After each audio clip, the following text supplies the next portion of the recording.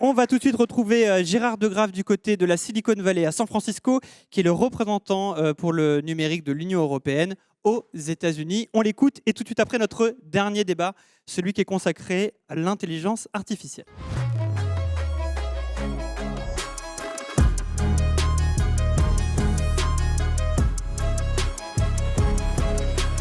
C'est un plaisir de m'adresser à vous à l'occasion de la Nuit du droit.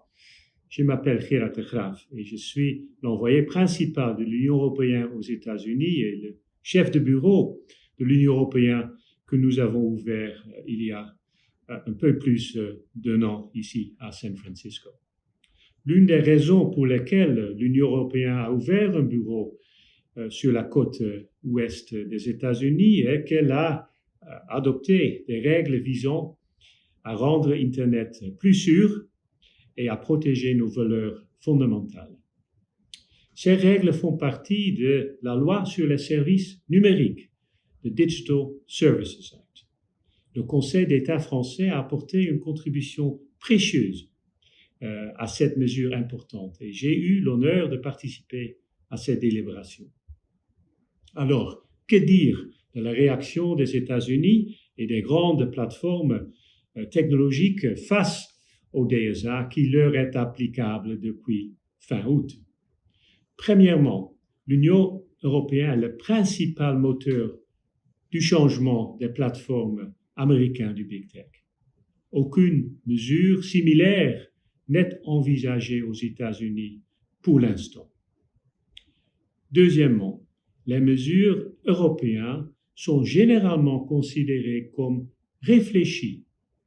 Les experts saluent l'accent mis sur la garantie que les sociétés de plateformes disposent de systèmes efficaces pour prévenir, détecter et supprimer les contenus illégaux et préjudiciables, sous réserve de garanties pour éviter une suppression excessive. Troisièmement, nos interactions montrent que la plupart des sociétés de plateformes prennent le DSA au sérieux. Cela dit, les tests de résistance, les stress tests menés par la Commission européenne ces derniers mois, par exemple lors de la visite du commissaire Breton à San Francisco fin juin, ont montré que toutes les plateformes avaient encore du pain sur la planche.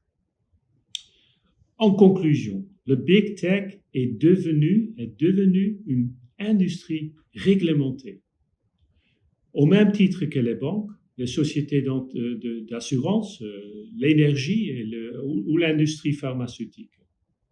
Le respect de ces règles n'est pas facultatif et les violations entraîneront des graves conséquences.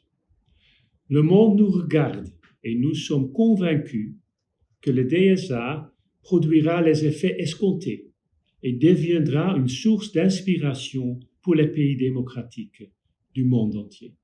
Merci pour votre attention.